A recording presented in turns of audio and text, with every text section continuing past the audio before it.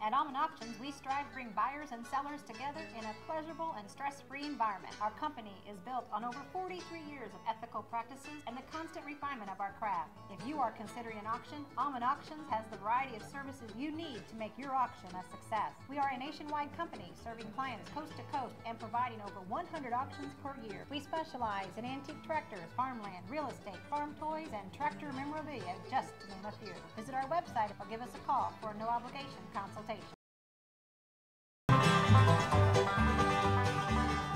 During World War II, when the Allied forces was invading Germany from the west, Russia was invading them from the east. And so as they come into Germany, they would steal the German technology as they come along. So they stole the Germans' technology and brought it back to England, and they made this here British Field Marshal. It's basically a single-cylinder, two-cycle diesel. And in Germany, they started with a hot bulb, so they lit a great big torch, and they got the hot bulb good and hot and got the Lance Bulldog running, but I guess probably Britons were a little too in too big of a hurry for that.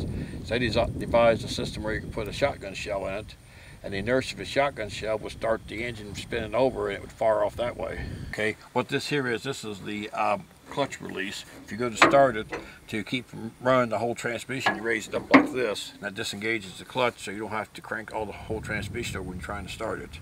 And it's also a safety when it's up, it can't run over you. Okay, it's a 3-speed with a high-low range, so it makes it a 6-speed transmission. And when you put it in gear, you put it in gear and it comes out and it locks itself in. To get out of gear, you got to shove it back to get out of the lock to bring it back. So they didn't want it jumping out of gear. And the clutch pedals on the far right side, and the brake pedals are 2 on the left side. Plus it has a handbrake here to stop it also. Okay, after this tractor here, they come out with conventional tractors. Field Marshal was still in the tractor business today, but they obviously got away from this design here. And of course, before these tractors, there was Field Marshals that was early big tractors, but this was the only diesel that they had with the shotgun shell. This is the we call it a shotgun shell, but over there they call it a diesel engine power start cartridge. And there's no buckshot in it. It's all in Britain they call it cordite. Over here it's black powder. It's very coarse black powder, and the bottom of it is ground fine and it goes to coarse. And it gives it a slow fire. When it fires, it goes woof.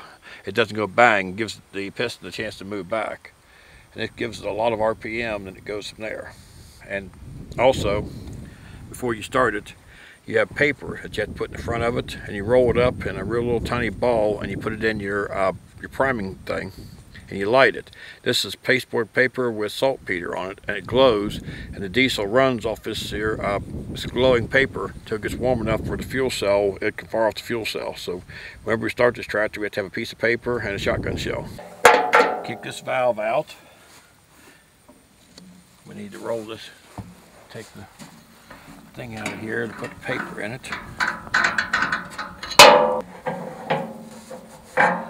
We'll take the shell, and the shell goes here in the breech like that. And we're always going to make sure that the firing pin is free, because I don't think we want to screw this in and have it go off.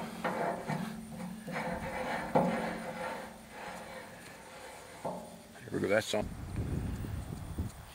Stick the paper in the little holder here, light the paper.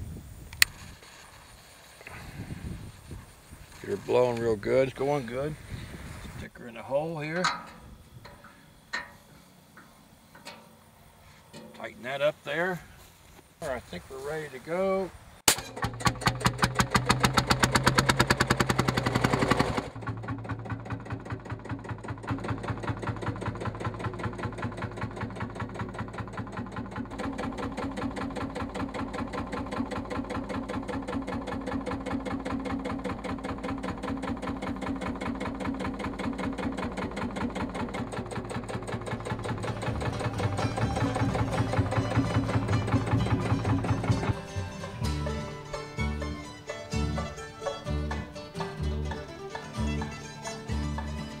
Okay, this Farmall M here is not your regular run-of-the-mill Farmall M. A lot of times people come to see it, they walk right past it in my barns because they think it's a regular M, but it's a kind of a special Farmall M. It's a Farmall M with a Shepherd diesel conversion kit. In Pennsylvania, they charged road tax on the gasoline for the farmers, so it made the fuel extremely expensive. So Shepherd's idea of the diesel tractors was the diesel fuel back then was half price of gasoline, and the diesel tractors burnt half as much fuel. So they claimed to have 75% savings on fuel. So back then, the diesel fuel was furnace oil, and you could buy furnace oil for 15 cents a gallon. So they'd put furnace oil in the tractors and run them for diesel fuel, and that's where Shepherd Diesel had their big deal was the fuel savings, the 75% fuel savings. So they devised this plan of taking this Farmall M and putting a Shepherd Diesel conversion kit in it to make your Farmall M a lot more economical to operate. So this is one of the few things I know of that they basically build a motor to fit another manufactured tractor. So they put a 3-cylinder Shepherd Diesel in a Farmall M. I think they built 15 or 18 of these. And you take your Farmall M motor out, and you'd use the Farmall M flywheel, Farmall M starter, the water pump, the throttle, and everything, and you could transform your M into a Shepherd Diesel. A lot of people, when they bought these, the advertisement said that it had about the same horsepower as a stock Farmall M, big words being stock. Most people that had the M's had already boosted them up. They'd put bigger sleeves, bigger pistons in them, the uniball governors, and wound everything up. So there was very few stock M's out there. So when they put the Shepherd Diesel motor in it, it wasn't about as much power as a stock M. I've had this on a dynometer. It only put out about 25 horsepower on a dyno, and so the Farmall M would probably pump somewhere between 40 and 50 horsepower, depending on how big the stuff was in it. So most farmers who put these in was extremely disappointed. They had good fuel economy, but they just absolutely didn't have the power they wanted. These Farmall M's Shepherd conversion kits, the flywheel never seen the motors, so they were terribly out of balance. They were so far out of balance, when I got this tractor here, all the seams in the hood was cracked, where it shook so bad, and all the seams, it shook and cracked, and they told stories that it shook so bad that it would actually shake the pins out of the drawbar. If it stopped, the pin would jump out of the drawbar. You had to put the pin back in it or you'd lose your plow.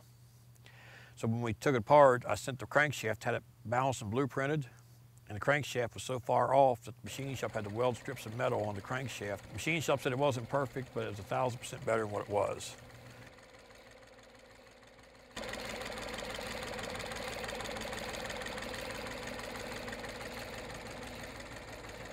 This is an SD1 Shepherd Diesel single-cylinder tractor. It was Shepherd's attempt to enter the garden tractor business. What you have to remember is Shepherd Diesel never built tractors till they built a 4-cylinder. They only built Shepherd Diesel engines. They were looking for ways to use their Shepherd Diesel engines so they could sell more motors. So they used the Shepherd Diesel engine here. They bought this garden tractor chassis from somewhere in Doyle, Pennsylvania, and they would put their motor on it to try to sell more of the Shepherd Diesel engines. And this motor had 5.4 horsepower. And far as I know, this is the first air-cooled diesel garden tractor ever built. Built in 48, 49. And they, I don't know, they might have built 10, 15 of them. The problem with the Shepherds is there was no floor plan for the factory for the dealers. If you as a dealer went to Shepherd to pick up a tractor, you had to pay for it in full before it left the dealership. And then you brought it home and then you tried to sell it. So on my single-cylinder Shepherd, they said the guy I bought it off of the dealer, and the dealer went and bought it. And in 1948, this tractor was $1,100, and you could go to Ford and buy an 8-in Ford in 48 for like $800. So it ain't hard to see why they only made 10 or 15 of this poor Shepherd dealer that bought this thing and brought it home and tried to sell it to his farmers. When they went and seen an 8-in Ford for $800, he never did sell it. So after he died, it was sold to somebody else for a collector tractor. They said he mowed his yard with it. He just desperate, never could get it sold, so he finally just mowed his yard with it. Stay tuned, there's more to come on Aumann's album.